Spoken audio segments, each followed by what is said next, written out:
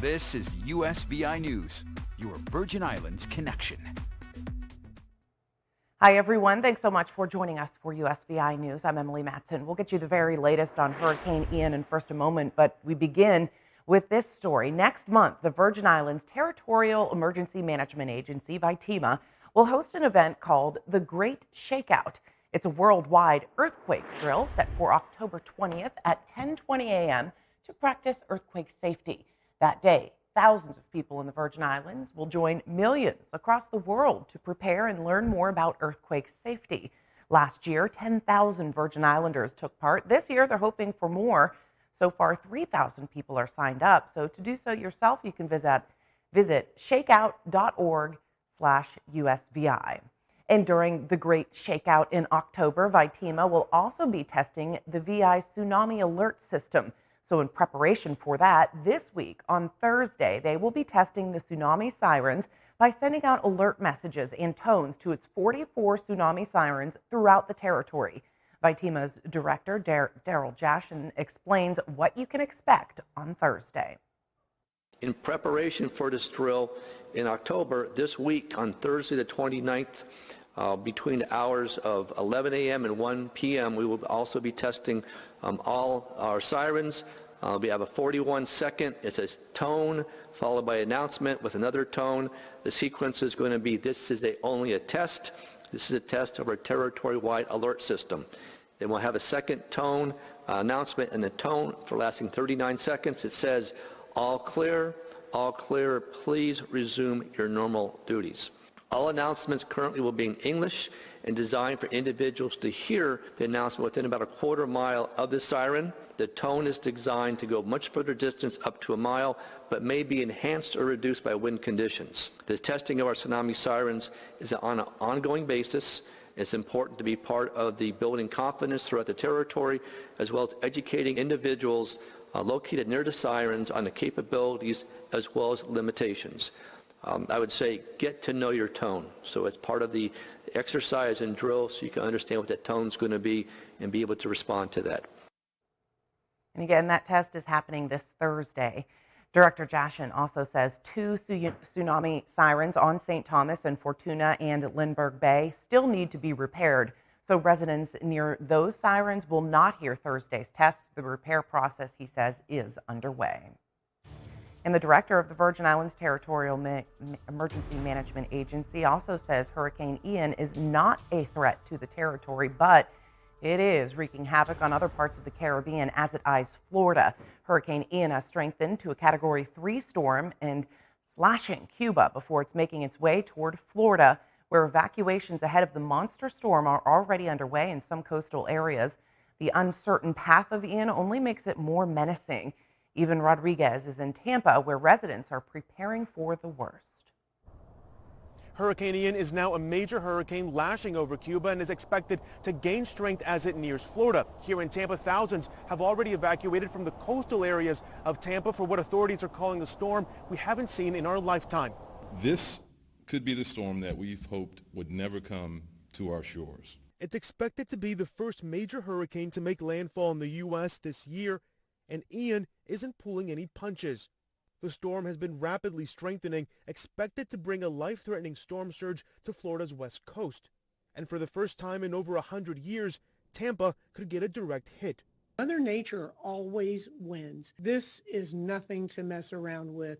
If you can leave, just leave now. Hillsborough County, which includes Tampa, issued a mandatory evacuation Monday for all waterfront areas. Evacuating doesn't necessarily mean that you have to leave the state or drive over to the east coast of Florida. It could be as simple as moving 20 miles inland to staying with friends and family.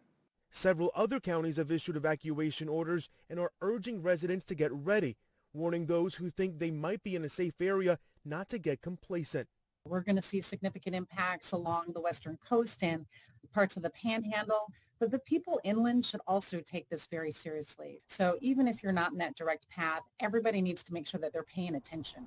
The storm is expected to hit Tampa late Wednesday going into Thursday. One of the biggest concerns is the life-threatening storm surge, which could reach up to 10 feet. Now, this morning, the Port of Tampa Bay will suspend operations, followed then by the International Airport of Tampa, which will cease operations around 5 p.m. We also know 7,000 National Guardsmen have been activated to assist here in Tampa.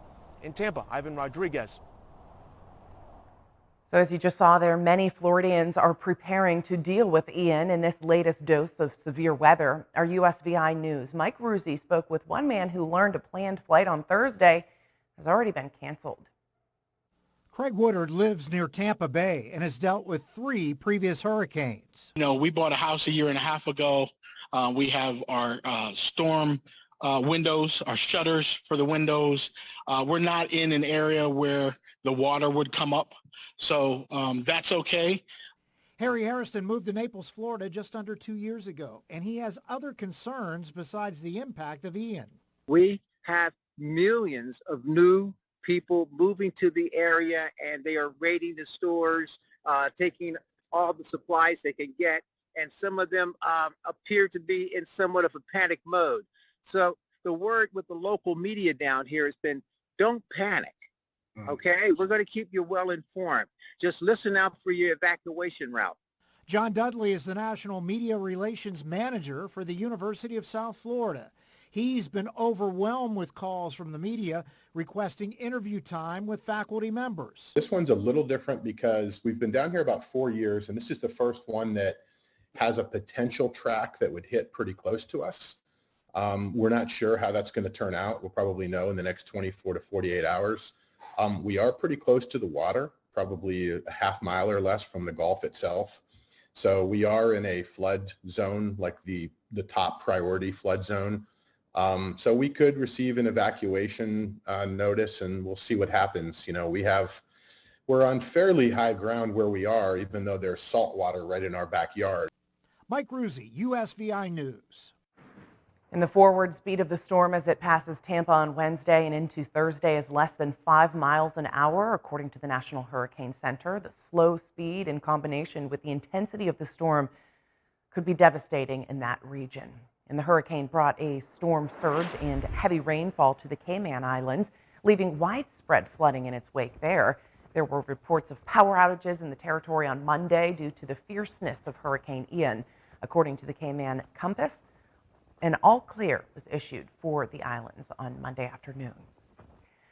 A convicted murderer will spend at least 2 decades behind bars for a deadly shooting back in 2019. 22-year-old Jumani Ford was sentenced last week to 25 years in jail for the death of 32-year-old Angel Ayaya. Last November, Ford pled guilty to second-degree murder. In exchange, a charge of first-degree murder was dropped. On August 30th, 2019, Ford shot and killed Ayala in the Candido Guadalupe housing community on St. Croix. Ford walked up on the victim and several others and demanded he give him everything he had. He then fired 1 shot, killing the victim. On St. Thomas, a Charlotte Amalia accident, in Charlotte Amalia, an accident there this week caused quite a mess and lots of damage. Take a look. It happened Monday night at around 6:15. As you can see, a truck fell onto a vehicle. This was on Turpentine Run Road on the curve, which is near the Nadir basketball court. Police say the truck was transporting a roll-on-off garbage bin that was overflowing with dirt. It tipped on the curve onto the SUV. Emergency crews took the driver and passenger in the SUV to the hospital for treatment of minor injuries. The VIPD Motor Carrier Safety Unit is investigating this messy crash. NASA flew a spacecraft straight into the history books. The space agency knocked a natural celestial object off its orbit Monday night by slamming a spaceship into it. It's all in an effort to save the planet from future destruction. Danya Backus explains how.